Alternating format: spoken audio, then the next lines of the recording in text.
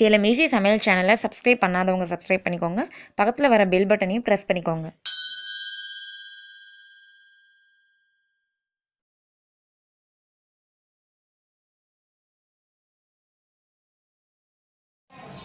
Hi friends, இன்றைக்கி நம்ம சேனலில் நம்ம என்ன பார்க்க போகிறோம்னா முட்டைக்கோஸ் பஜ்ஜி. அது எப்படி டிஃப்ரெண்ட்டாக செய்கிறதுங்கிறத பார்க்கலாம். அதற்கு தேவையான பொருட்கள் பாருங்கள். முட்டைக்கோஸ் இந்த மாதிரி நல்லா சீவி எடுத்து வச்சுக்கணும். உங்களுக்கு எந்த அளவுக்கு வேணுமோ நீங்கள் அந்த அளவுக்கு எடுத்துக்கோங்க. இந்த மாதிரி பாருங்கள். அதே மாதிரி இங்கே பஜ்ஜி போண்டா மாவு இருக்கு இல்லையா, மிக்ஸு, அது கடையில் கிடைக்கலையா, அதை எடுத்துக்கோங்க. இதிலே உப்பும் காரம் இருக்கும். உங்களுக்கு இன்னும் நல்லா டேஸ்ட்டாக வேணும்னா காரம் எடுத்துக்கலாம். நான் வந்து மிளகாய்த்தூள் எடுத்து வச்சுருக்கோம். எக்ஸ்ட்ரா தேவைன்னா காரம். அதுக்கப்புறம் வந்து இங்கே உப்பு இருக்குது. பெருங்காயத்தூள் அவசியம் போடணும். நல்லா வாசமாகவும் இருக்கும். நல்லா வந்து உங்களுக்கு நல்லாயிருக்கும். கோஸ் வந்து வாயுங்கிறதால பெருங்காயத்தூள் நம்ம வந்து சேர்த்திக்கிறோம். அவாய்ட் பண்ணாமல் இதை வந்து சேர்த்திக்கோங்க. ஃப்ரெண்ட்ஸ் பாருங்கள், இப்போ ஒரு பாத்திரத்தில் நம்ம சிறிதளவு உப்பு சேர்த்திக்கலாம்.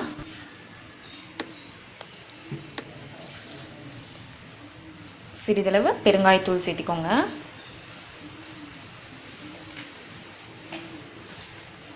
வேணும்னா காரத்துக்கு ஏற்ப கொஞ்சம் மிளகாய்த்தூள், காரம் அதிகமாக சேர்த்திக்கோங்க. சேர்த்திக்கிறவங்க இந்த மாதிரி காரம் சேர்த்திக்கலாம்.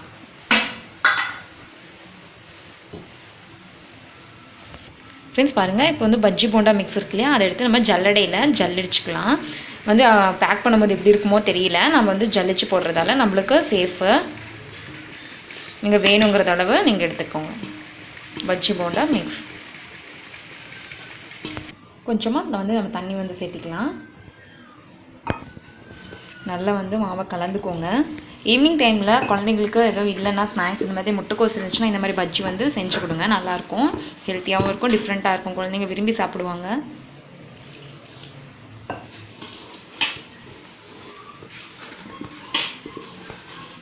கொஞ்சம் கொஞ்சமாக தண்ணி ஊற்றி நல்லா கலந்துக்கலாம்.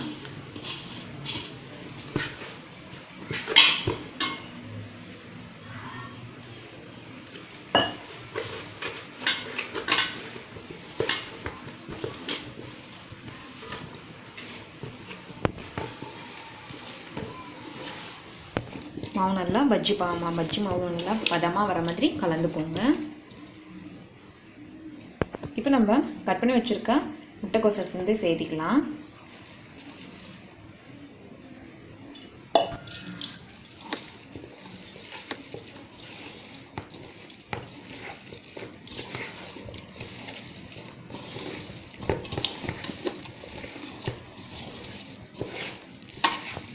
முட்டைக்கோஸ் போட்டதுக்கப்புறம் இந்த மாதிரி ஃபுல்லாக நல்லா கலந்துக்கோங்க, எல்லா பக்கம் வர மாதிரி.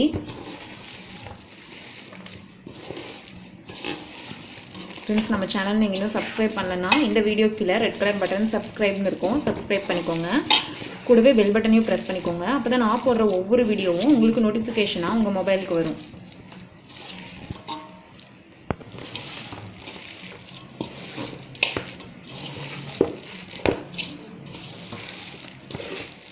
ஃப்ரெண்ட்ஸ் பாருங்கள், நல்லா கலந்தாச்சு. இந்த பதத்தில் இருக்கணும். உப்பு காரம்லாம் கரெக்டாக இருக்கான்னு பார்த்துக்கோங்க.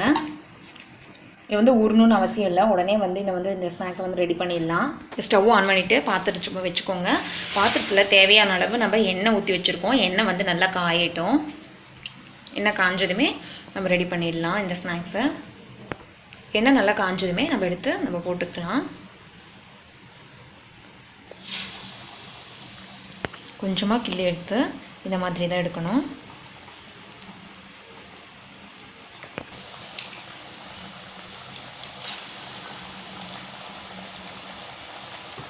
நல்லா வந்து பொரிச்சு எடுத்துட்டோம்னா நம்மளுக்கு முட்டைக்கோஸ் பஜ்ஜி ரெடி ஆகிடுச்சு. நம்ம வெங்காய பஜ்ஜி போட்டு எடுப்போம் இல்லையா, அதே முறையில் தான் இதுவும். அதே அளவுக்கு டேஸ்ட் இருக்கும்.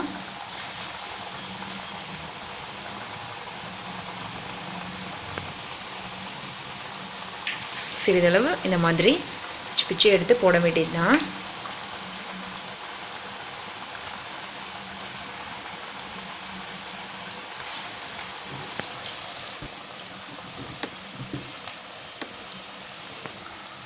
நல்லா திருப்பி விட்டுக்கோங்க. ஒரு பக்கம் வெந்ததுமே திருப்பி விட்டுக்கோங்க. நல்லா ரெண்டு பக்கமும் நல்லா கலர் மாறட்டும், வேகட்டும்.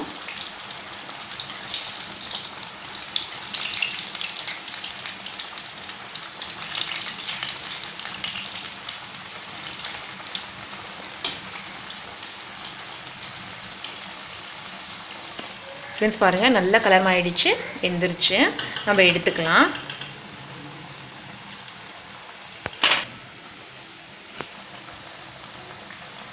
இந்த அளவுக்கு கலர் மாறி இருக்கணும்.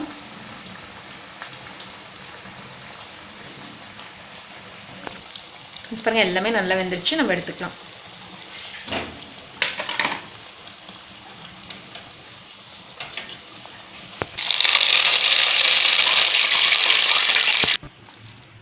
ஃப்ரெண்ட்ஸ் பாருங்கள் சூப்பராக ரெடி ஆகிடுச்சு. ஈவினிங் ஸ்நாக்ஸாக உங்கள் குழந்தைங்களுக்கு செஞ்சு கொடுங்க. இதே முறையில் ட்ரை பண்ணி பாருங்கள். ட்ரை பண்ணி பார்த்துட்டு எப்படி இருக்குன்னு சொல்லிட்டு எனக்கு கமெண்டில் சொல்லுங்கள். இந்த வீடியோ பிடிச்சிருந்தா லைக் பண்ணுங்கள், சப்ஸ்கிரைப் பண்ணுங்கள். உங்கள் ஃப்ரெண்ட்ஸ் இந்த வீடியோ பார்க்கணுன்னு நினச்சிங்கன்னா அவங்களுக்கு ஷேர் பண்ணுங்கள். மறக்காமல் சப்ஸ்கிரைப் பண்ணி வச்சுக்கோங்க. தேங்க்யூ.